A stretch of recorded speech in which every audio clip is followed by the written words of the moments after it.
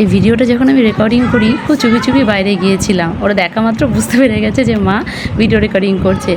তো আমার বেটু আর ওর বন্ধুদের সবারই স্কুলের ছুটি পড়ে গেছে।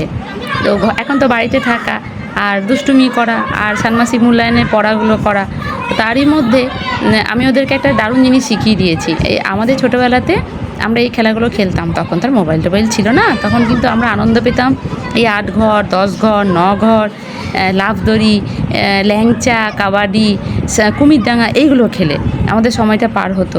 আমরা কিন্তু বিশেষ কোনো ক্লাসও করতাম না, সব জানতাম না, আমাদের বাবা মারাও জানতেন না। তো আমি চেষ্টা করি আমার বেটুদেরকে আর ওর বন্ধুদেরকে সেই জিনিসগুলোকে শেখানো, ফিরিয়ে আনা।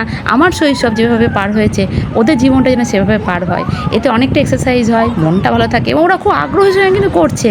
তোমরা তোমাদের বাচ্চাটাকে শেখাবে, একটু সময় বার করবে, মায়েদের বলছি মোবাইল হাতে নিয়ে বসে থাকবে না। আমি ওদেরকে এমনভাবে শিখিয়েছি ছোটো থেকে যে কেতাদুরস্ত এই দূরভাষ যন্ত্রটির প্রতি কোনো আগ্রহই নেই, একটু দেখে, সেটাও খুব লিমিটেড, ইচ্ছা হলে দেখলো, না হলে দেখলো না, সেটা ওরা একটা কার্টুন দেখে, সেটা দেখে বাস রেখে দেয়। আমি ওদের ঘরটাকে চক দিয়ে এভাবে দাগ দিয়ে কেটে দিই, ওরা খুব আনন্দের সঙ্গে খেলে, মানে এতটাই আনন্দ যে আমাকে 2 দিন ধরে বলে রাখছে যে মা তুমি কিন্তু ঘরগুলো করে দেবে, আমরা খেলবো।